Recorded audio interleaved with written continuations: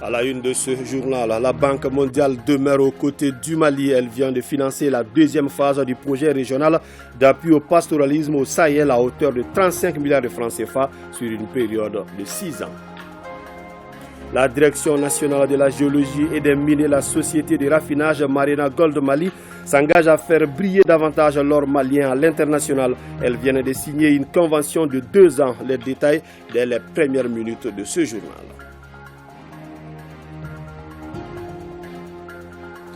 30e édition de la journée mondiale de l'allaitement maternel. L'événement a été célébré hier dans la commune de Djalakoroba sous le thème « Allons pour l'allaitement maternel, éduquer, promouvoir et soutenir ».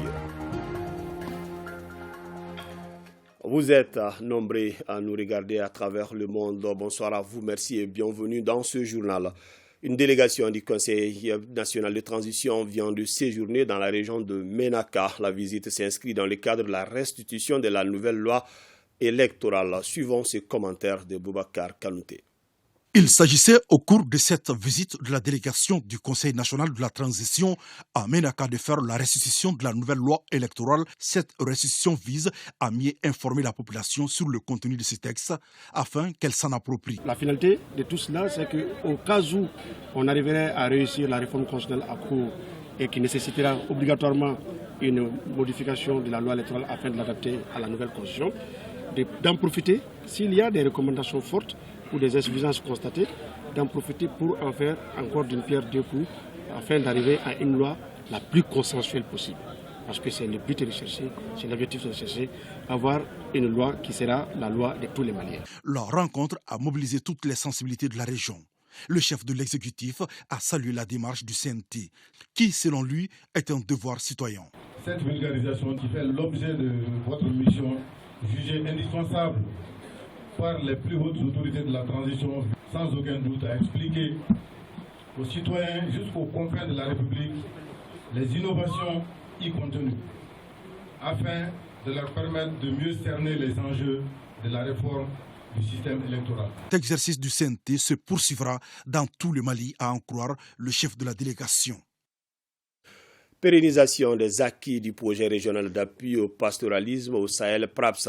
Le Mali bénéficie d'une deuxième phase. Le projet est financé par la Banque mondiale à hauteur d'environ 35 milliards de francs CFA. Le PRAPS a été lancé ce vendredi, PRAPS 2 donc, et il va booster les productions pastorales maliennes sur une période de 6 ans. Salut Matandaou.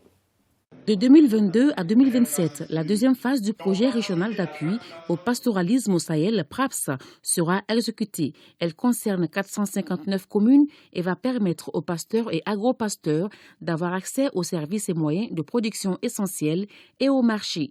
Pour le PRAPS D, nous avons beaucoup un regard sur le genre et sur l'inclusion sociale, aussi sur les services vétérinaires. En termes de santé animale, il s'agit principalement de lutter contre les 2 grandes maladies prioritaires animales, la peste des petits ruminants. Quant à la première maladie qui est la péripneumonie contagieuse bovine, donc ça aussi nous allons appuyer le contrôle de cette maladie pour la maîtriser. Il est prévu même la formation de 31 docteurs vétérinaires. La bonne exécution du PRAPS 1 et la nécessité de consolider ses acquis ont motivé l'octroi du financement de la Banque mondiale pour la deuxième phase. Cette deuxième phase, au cours de laquelle plus de 2,2 millions de personnes dépendant principalement du pastoralisme ont bénéficié de l'appui de la Banque mondiale à travers un investissement de 45 millions de dollars des États-Unis au Mali. Eu égard à ces résultats très encourageants enregistrés par la première phase, cette deuxième phase se veut encore plus ambitieuse en termes de financement et de résultats. En effet, à travers cette deuxième phase, la Banque mondiale investira 375 millions de dollars dans les 6 pays du Sahel, dont 60 millions de dollars en faveur du Mali. Les 60 millions de dollars font environ 35 milliards de francs CFA. À cela s'ajoute l'apport du Mali qui se chiffre à 1,158 milliards. Le projet va étendre la gamme de ses activités en mettant l'accent sur les nouvelles solutions innovantes avec une cible de 5 350 000 bénéficiaires, contre 440 000 pour la première phase.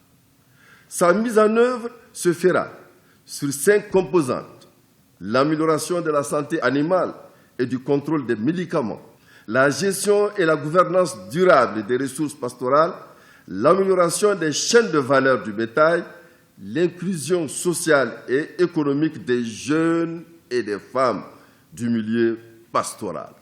Le chef du département de l'élevage et de la pêche a invité les acteurs à prendre plus d'initiatives dans le domaine de la prévention et de la gestion des crises pastorales.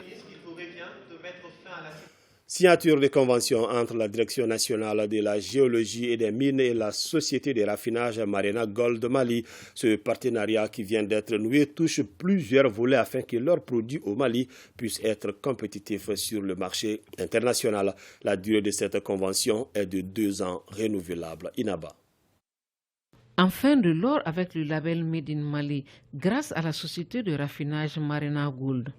Cette structure vient de signer une convention avec la Direction nationale de la géologie et des mines. La convention aura une durée de 2 ans renouvelable et vise plusieurs objectifs, parmi lesquels l'usage du ponçon de l'État sur l'or, la dotation en équipement du programme de développement pour les ressources minérales PDRM, la formation de son personnel sur le raffinage et l'analyse des métaux précieux. La signature de cette convention de partenariat vient concrétiser la volonté de l'État pour la mise en œuvre du contenu local qui est l'une des innovations. La signature de la dite convention de partenariat va donc nous amener à fédérer les capacités de nos 2 structures pour accompagner le processus de développement économique et social à travers la capitalisation de la production aurifère artisanale par le poinçonnement de l'or. La société Marena Gold cible surtout les orpailleurs et les petites mines. L'idéal est de pouvoir raffiner l'or au Mali. Moi, je pense que les orpailleurs et les industriels qui ont des petites mines, c'est de s'organiser et de raffiner leur or au Mali pour que ça développe le Mali exactement. Les orpailleurs qui ont été là, puis depuis des années, on exerce de la même manière et ça ne nous ajoute rien. Donc moi, ça ne nous valorise pas. Moi, je pense que ça, c'est une opportunité pour nous tous dans les secteurs pour s'associer et faire valoriser l'or du Mali. Ce partenariat qui vient d'être scellé à plusieurs volets pour que l'or produit au Mali puisse être profitable à tous les Maliens. Donc c'est un partenariat que le département salue, que le département soutient et ça répond aussi également à une des recommandations fortes qui a été formulée lors des assises nationales, c'est-à-dire créer au Mali une raffinerie afin d'augmenter la valeur ajoutée de l'or pour le pays. Et ça permettra encore, comme on l'a dit, de créer beaucoup d'emplois au Mali ici et de contrôler la production d'or. Cette structure qui est opérationnelle depuis 2015 a toutes les commodités requises pour le raffinage de l'or. Un reportage signé Inaba. Avec Boubacar Bablin Touré, on parle de la signature d'un contrat de financement entre l'association Demesso et l'ambassade du Royaume de Suède. Le montant est estimé à plus de 3,790 milliards de francs CFA. Il sera injecté dans la mise en œuvre du programme d'appui à la promotion et la protection des droits des couches vulnérables au Mali. Suivant. 2 signatures pour concrétiser le financement du programme d'appui à la promotion et la protection des droits des couches vulnérables au Mali, APDV Djigiakura. Un projet de l'association Demesso, financé par l'ambassade du Royaume de Suède à près de 4 milliards de francs CFA sur la période d'août 2022 à juillet 2025. Le but de ce programme est de contribuer à l'amélioration de l'accès des couches vulnérables à la justice à travers des mécanismes de proximité adaptés, performants et efficaces d'ici à l'horizon 2025. En finançant cette activité, vous renforcez la collaboration société civile-État. Il y a aussi le renforcement de 30 prisons. Ce projet porte l'espoir d'un Mali en construction. Demesso a su insuffler un nouveau souffle au niveau donc, de la livraison des services de justice au niveau rural à travers la création des vestibules de droit, les bureaux d'assistance juridique et la mise à disposition de centaines de jeunes locaux formés pour servir les leurs. Cela a permis d'apporter de l'aide juridique et judiciaire à plus de 200 000 parmi les plus vulnérables à travers le pays. Le présent programme va couvrir 703 communes du pays et mettra à la disposition de ces localités 1536 parajuristes.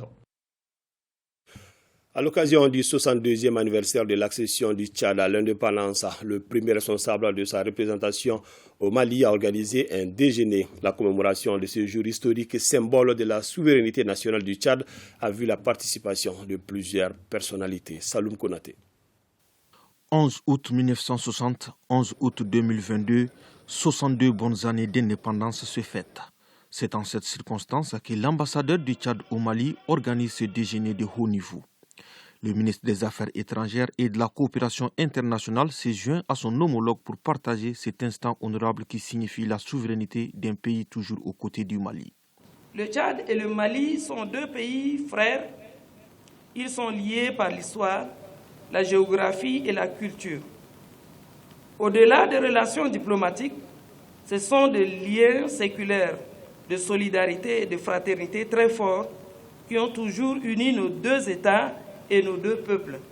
Hier, comme aujourd'hui, et demain encore par la grâce de Dieu, les relations tchado-maliennes sont très solides. Un accord cadre de coopération et plusieurs accords de coopération technique ont été signés et appliqués avec plus ou moins de réussite. Les hôtes du jour rendent un vibrant hommage aux victimes des attaques terroristes à Tessit et à l'ancien président tchadien Maréchal Idriss Déby, décédé le 20 avril 2021.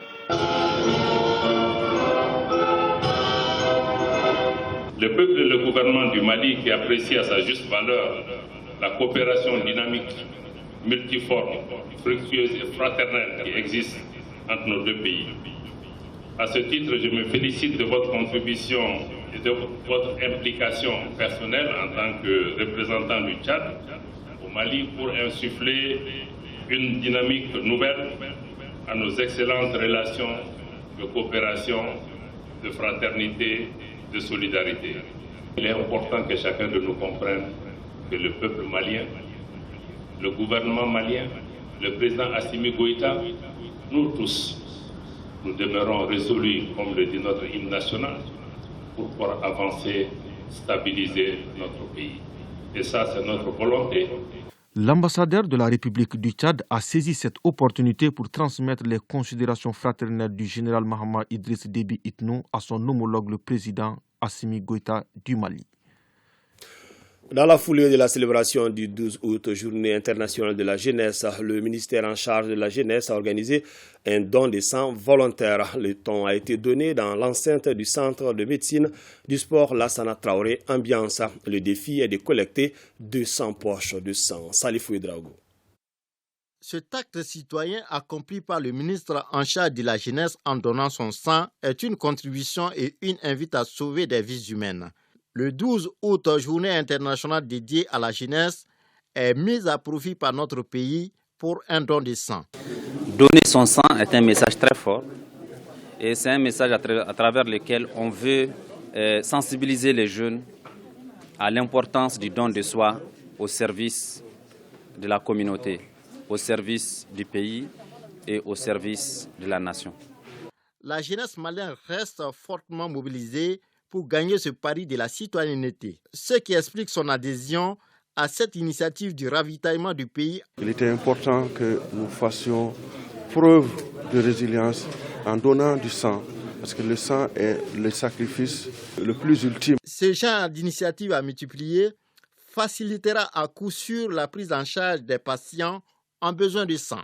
Avec le palu actuellement, il y a tellement de demandes et rapidement, nous avons rencontré mon collègue du directeur général du Centre national de la transfusion qui automatiquement a donné son accord. Et en collaboration avec ce service qui est le Centre national de transfusion, nous avons organisé ça en 24 heures. Si sang donné égale à sauver des vies, alors sauvons des vies à travers cette initiative qui se poursuivra au-delà de cette journée. Le Mali, à l'instar des autres pays du monde, a également célébré le 11 août la journée mondiale de l'allaitement maternel. Cette année, c'est la commune de Dialakoroba qui a abrité la 30e édition, placée sous le thème « Allons pour l'allaitement maternel, éduquer, promouvoir et soutenir ». Sorona Kamiso. Le sein est sain. Plus qu'un simple slogan, le lait maternel constitue pour le nourrisson un véritable antidote contre diverses maladies. En dédiant donc toute une semaine à cette pratique essentielle et non coûteuse, les autorités sanitaires ont vu juste. Le but est de convaincre les mères à privilégier davantage le lait maternel. La semaine est à sa 30e édition. Une semaine dont les activités ont été lancées à Djalakoroba, à une quarantaine de kilomètres de Bamako. Dans cette commune de 26 000 âmes, d'agriculteurs, d'éleveurs et de pêcheurs, vous y trouverez 3 SESCOM, dont 2 en attente de lancement et quelques maternités. J'invite donc toutes les femmes en général à un allaitement exclusif, sans coût, qui rendra nos enfants plus forts, affectifs, dans une famille heureuse. Nous œuvrons pour vraiment faciliter l'accès aux soins de base pour tous, et particulièrement les enfants de 0 à 5 ans. Donc c'est à plus de l'aspect curatif, il y a aussi cet aspect promotionnel pour vraiment promouvoir les activités qui ont un grand bénéfice pour la santé de l'enfant. L'allaitement en fait partie. Selon les résultats de SMARS publiés en 2021, seulement 47,6% des enfants de moins de 6 mois sont exclusivement allaités. Pire, 3% des enfants de 0 à 5 mois n'ont jamais été allaités. C'est ce qui révèle une enquête réalisée en 2018. Au Mali, malgré les efforts consentis par le département, beaucoup de défis restent encore à relever. D'où l'organisation de cette semaine chaque année afin de rappeler l'engagement de notre pays à atteindre les ODD, les objectifs de développement durable. J'exhorte toutes les parties prenantes à accompagner le ministère de la Santé et du Développement social dans son combat inlassable pour la survie des enfants. Un sketch présenté par des enfants a permis au public de comprendre davantage les bienfaits de l'allaitement maternel. Occasion également de récompenser les mères exemplaires avant de s'enquérir du fonctionnement du SESCOM de Djalakoroba. Sous la présidence du ministre de l'Environnement, de l'Assainissement et du Développement durable, le Forum national sur les chaînes de valeur des produits agroforestiers du projet Reverdir l'Afrique, cas du Néré et du Karité a ouvert ses portes ici à Bamako. Il s'agit à travers la rencontre de donner plus de visibilité aux efforts consentis en matière de développement des chaînes de valeur agroforestiers. Agibou Koulibaly. Le projet Reverdir l'Afrique cas du Néré et du Karité au Mali est une initiative d'Oxfam Mali et son partenaire l'Union européenne. Il vise à inverser la dégradation des terres parmi 500 000 ménages et sur 1 million d'hectares dans 8 pays d'Afrique subsaharienne. Il concerne 80 000 ménages et 160 000 hectares au Mali. Dans le cadre du projet Reverdir l'Afrique, qui avait 2 composantes. La composante action de reverdissement, tout ce qui est plantation d'arbres, et la composante développement des chaînes de valeur. Parce qu'il parle de plantation d'arbres et restauration des terres, il faut que les paysans puissent avoir un bénéfice économique. Ce forum permettra aux acteurs du secteur d'échanger sur les principales actions soutenant la chaîne de valeur, les possibilités d'y accéder, le financement et le partage d'expériences sur la transformation, la labellisation et l'accès au marché, les opportunités et principaux défis du Néré et du Karité. Ce forum vise à valoriser les produits venant des arbres. Donc quand on valorise les produits venant des arbres, donc il y aura un intérêt croissant pour planter, pour préserver ces espèces. Donc ce forum, vraiment, c'est pour donner de la valeur aux produits forestiers non lignés, pour permettre aux producteurs et à tous les acteurs aussi de faire en sorte que la matière première puisse être là à travers les arbres. On sait déjà qu'avec le Karité, le Mali fait partie des plus grands producteurs dans la sous-région. On sait que le Karité aussi, le Mali répond à peu près à 20% de la demande globale du Karité. Le Néré, c'est pareil. C'est des produits qui sont prisés au-delà des frontières du Mali. Donc nous avons jugé nécessaire de faire appel aux différents acteurs. Occasion pour le ministre en charge de l'environnement d'exhorter l'ensemble des acteurs et partenaires à prospecter également la filière de la gomme arabique et de la noix d'acajou. Nous avons beaucoup d'espace ici qui ne demandent qu'à chercher des plants et qu'à les mettre sous terre et à participer contre la déforestation, mais aussi à faire en sorte que nous puissions améliorer notre pluviométrie. La contribution de l'État du Mali à travers la transition ne manquera pas et nous-mêmes nous avons décidé que désormais les campagnes de reboisement se feront avec effectivement ces produits forestiers non ligneux. Un des temps forts du forum a été la visite des stands et exposition des produits forestiers fabriqués par les femmes bénéficiaires du projet. 3 milliards de francs CFA, c'est le coût du projet multisectoriel assistance d'urgence pour fournir des services vitaux de santé mentale, de nutrition et de protection contre les violences basées sur les genres. Un projet financé par le Bureau de l'assistance humanitaire de l'USAID. Il est mis en œuvre dans les centres de santé de Mopti. Idrissa Keita. Renforcer les capacités des agents socio-sanitaires pour une meilleure prise en charge de la santé mentale, psychosociale, des violences basées sur le genre, c'est l'un des objectifs d'un projet multisectoriel. Ce volet santé mentale et soutien psychosocial vient de voir le jour à Mopti. Ce projet cible les CSRF de Mopti, les 5 aires de santé dont Fatoma, Kona et Sévaré 3, mais aussi les communautés desservies. L'objectif de ce projet est de rendre opérationnels les systèmes d'identification d'orientation des cas de santé mentale au niveau communautaire. Ce projet qui s'étend sur une période de 14 mois est en phase avec la politique sanitaire du gouvernement. La présente activité cadre parfaitement avec la vision des plus hautes autorités de l'État en termes de promotion de la santé de la population et la protection des personnes vulnérables. En dépit des efforts déployés par l'État, l'accès à des services d'urgence de santé doit continuellement être amélioré.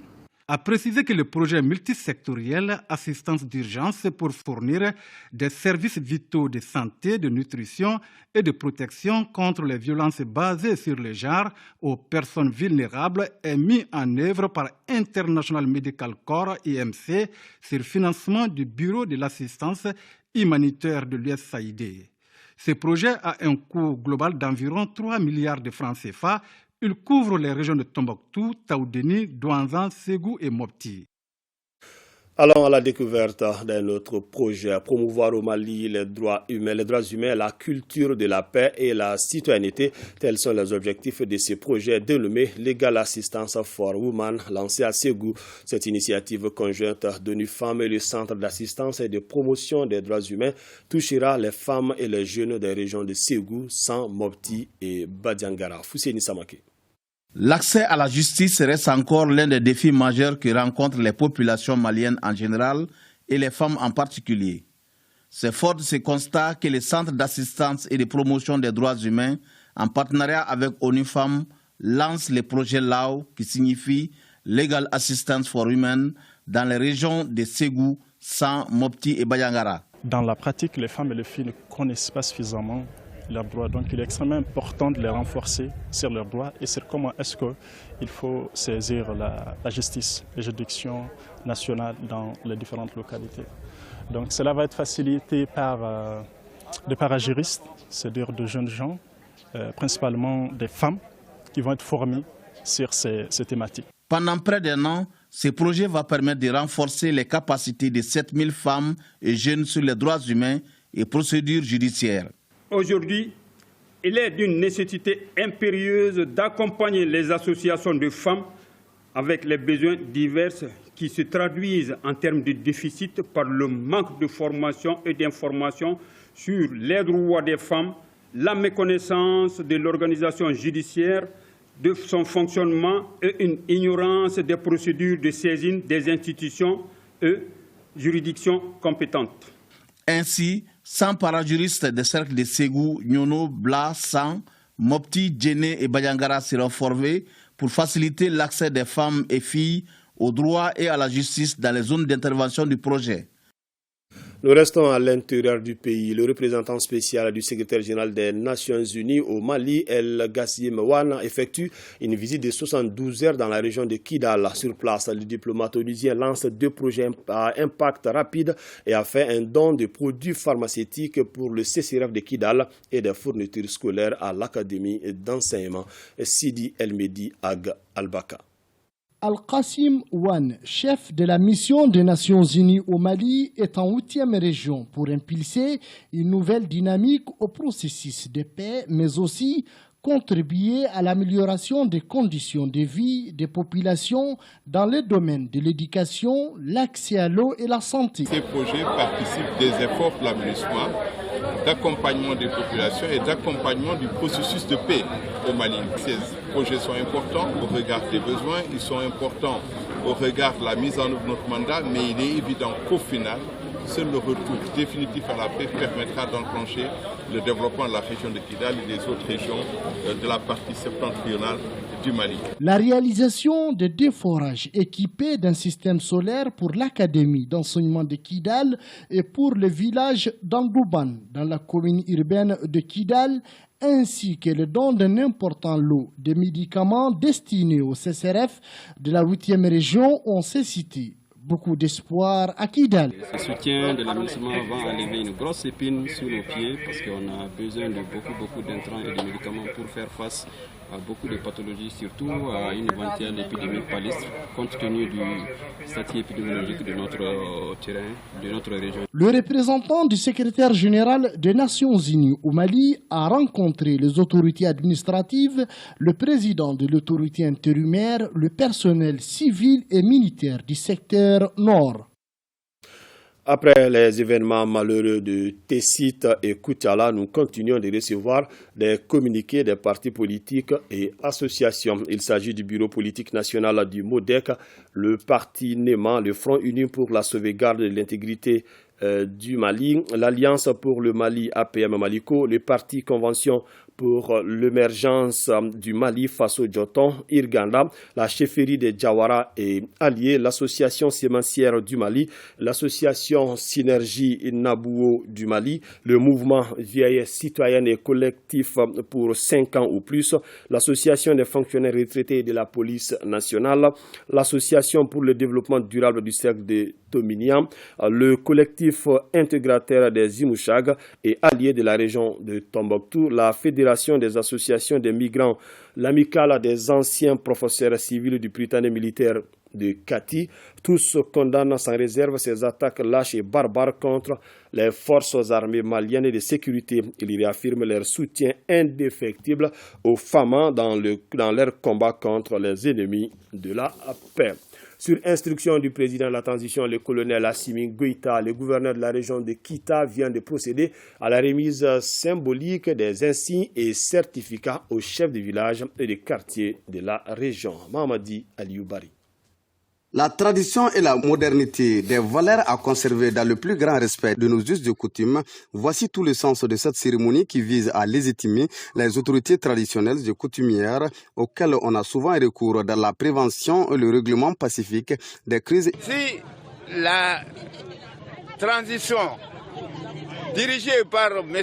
Assimi Goïta a songé une rencontre des chefs traditionnels du Mali, de donner des insignes aux chefs de quartier, aux chefs de village, pour que leurs responsabilités soient revenues comme le passé. L'emblème national, à partir de cet instant, pourra être hissé dans vos demeures et vous-même porterez un insigne distinctif qui vous permettra d'être identifié en tout lieu et en toutes circonstances. Ici, à la place de l'indépendance, les 30 chefs traditionnels et coutumiers sont venus royalement accompagnés avec leur armada culturelle. Cette nouvelle situation vous imposera inéluctablement des comportements encore plus contraignants dans la digne représentation de l'État et des populations. Être caractérisé par plus d'abnégation, de neutralité dans la gestion de la vie quotidienne de vos concitoyens. Ces légitimités ont ainsi tour à tour apprécié leur nouvelle posture que les plus hautes autorités leur ont octroyée. Le gouvernement, à travers le département en charge de la santé, offre des commodités aux personnes retraitées. Ils peuvent désormais avoir toutes les informations utiles à travers un appel téléphonique. Il s'agit surtout de l'État bien sûr des pensions. Cette ligne verte traduit les ambitions des autorités à rapprocher davantage l'administration aux administrés. Awadit Makamara nous parle du lancement de cette ligne verte. La Caisse malienne de sécurité sociale à l'heure du numérique avec un objectif, celui de répondre aux préoccupations des retraités au Mali.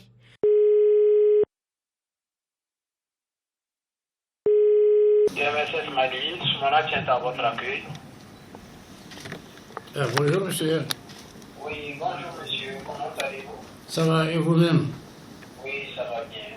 Le nouveau bijou mis à la disposition des personnes du troisième âge est bien le 80 00 22 38, une volonté des autorités de la transition qui vise à rapprocher davantage la CMSS de ses assurés et des prestataires conventionnés à l'AMO. Les usagers, particulièrement les personnes âgées, sont souvent confrontés à des difficultés de mobilité pour accéder à l'information dans nos structures. C'est pourquoi, depuis 2019, nous avons engagé des actions tendant à pallier cette insuffisance. La mission consistant à renseigner les retraités depuis le central téléphonique est située à Faladje. L'accès est 100% gratuit avec une fonctionnalité hors norme. Pour le moment, nous avons 5 personnes qui prennent les appels, mais c'est un dispositif évolutif parce que nous avons une grande masse de personnes, d'assurés sociaux. Donc au fil du temps, nous allons évoluer. Les 5 personnes, ça veut dire que chaque personne peut aller jusqu'à 200 appels par jour. Sans donc se déplacer, les bénéficiaires ont toutes les informations en un call. L'opérationnalisation de cette ligne verte permet de répondre à tous nos besoins d'information sur les prestations qui nous sont offertes par la CMS, et ce, sans frais et dans les meilleurs délais. Cet outil que vous venez de mettre à notre disposition nous sera très bénéfique, car en plus des informations gratuites et à temps réel dont nous pouvons disposer, elle nous évitera des déplacements inutiles et coûteux. Cette initiative fait partie des différentes réformes entreprises par les responsables en charge de la santé. Je voudrais saluer et féliciter le directeur général et toute son équipe pour les efforts déployés pour le bien-être de l'usager du service public, s'inscrivant ainsi en parfaite cohérence avec les orientations du président de la transition chef de l'État, le colonel Assimi Goïta, et du premier ministre chef du gouvernement, le Dr Choguel Kokala Maïga. La Caisse malienne de sécurité sociale, dans sa démarche qualité, a aménagé des espaces d'accueil au niveau de certaines structures déconcentrées afin d'offrir un meilleur cadre de réception aux assurés. Point Covid du jour, les services de santé ont enregistré de nouveaux cas positifs sur 733 tests réalisés, 0 patient guéri et 0 décès. À ce jour, 6 patients sont sous traitement. Dimanche à Bamako, c'est le titre du nouveau feuilleton qui sera projeté officiellement le 5 septembre prochain sur les écrans d'une chaîne africaine de la place. L'information a été donnée hier au cours d'un point de presse où les hommes de médias ont été les premiers à regarder ce film. Alpha Maïga. Comment choisir entre tradition et modernité? Où trouver l'argent pour financer son mariage? Et cela sans oublier les griots et les consultations chez les marabouts. Dimanche à Bamako est cette série cinématographique qui va tenir en haleine les téléspectateurs. Il sera projeté le 5 septembre dans les bouquets Canal sur la chaîne A+. On a comme objectif principal de développer l'écosystème culturel au Mali. On parle de 3 femmes que tout oppose et qui se retrouvent chez le même marabout à quelques heures de leur mariage. Un drame romantique de 52 épisodes fois 26 minutes. Le drame démontre le mariage universel, impressionnant, rempli de rebondissements, de trahisons, de larmes, mais aussi d'amour et d'émotion. À travers cette série, c'est de continuer à faire rayonner le Mali, la culture malienne, de faire rayonner que Dimanche à Bamako soit toujours chanté de manière dans la joie et dans la paix. Le budget initial était de plus de 350 millions. Dimanche à Bamako se déroule naturellement à Bamako avec des sons naturels, des décors récurrents, des images de la capitale Bamako flamboyante au parfum culinaire du zamin que tous les convives attendent après de vrombissements de cortège. Pour terminer, le 12 juillet dernier, le président de la transition installait officiellement la commission de rédaction de la nouvelle constitution du Mali. Un mois après, qu'est-ce qui a été fait? Qu'est-ce qui reste à faire? L'ORTM vous propose ce soir un magazine spécial sur les activités de la commission de rédaction de la nouvelle constitution du Mali. Je vous propose de suivre un extrait de ce magazine. Vous aurez la responsabilité de nous proposer un avant-projet de constitution dans un délai de 2 mois. Le président de la commission reçoit des mains du chef de l'État sa lettre de mission. Le chrono est lancé, pas de temps à perdre. Mardi 26 juillet 2022, la commission de rédaction de la nouvelle constitution du Mali rencontre la classe politique au Centre international de conférence de Bamako. Le but, écouter et recueillir les suggestions de ces acteurs incontournables dans la vie de la nation. Nous allons changer de constitution. Nous n'allons pas changer la constitution. Nous changeons de constitution. Si vous nous appelez, vraiment prenez le temps de nous écouter parce que nous pensons que c'est l'élément le plus important de la vie de la nation, c'est la constitution du Mali. Il faut que les partis politiques comprennent. On donne la chance au peuple donc de parler. Vous n'êtes pas seulement le porte-parole du peuple. Quand vous voyez quoi, le Mali va changer. Il faut que les hommes politiques comprennent ça, le Mali va changer. Un mois d'intenses activités, la commission de rédaction de la nouvelle constitution du Mali aura réussi un pari, celui de mobiliser et d'écouter les Maliens de tous bords à Bamako et dans le pays profond. Réponse à l'une des préoccupations du chef de l'État, à savoir l'inclusivité autour de ce processus. Une réalisation de Ibrahim Traoré à suivre tout à l'heure juste après la page météo. Ainsi prend fin ce journal. Merci de l'avoir suivi. Que le bon Dieu nous assiste.